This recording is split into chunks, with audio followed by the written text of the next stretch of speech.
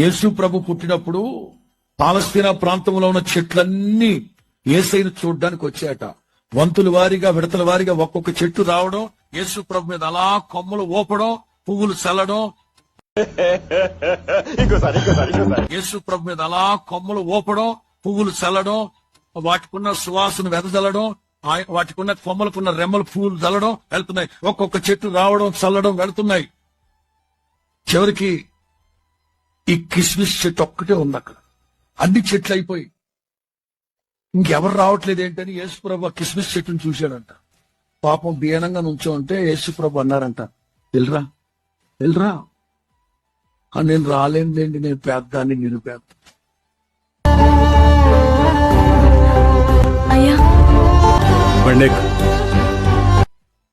ఏంటి దూరం నుంచున్నా?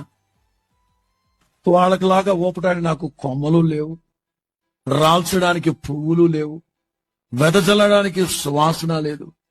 మీరు పేదలు, నా పేద బతుకు, నా దరిద్ర బతుకు ఏదో బతుకుతున్నాను లేండి అందట. ఏంటి మమ్మీ ఎవడీడు?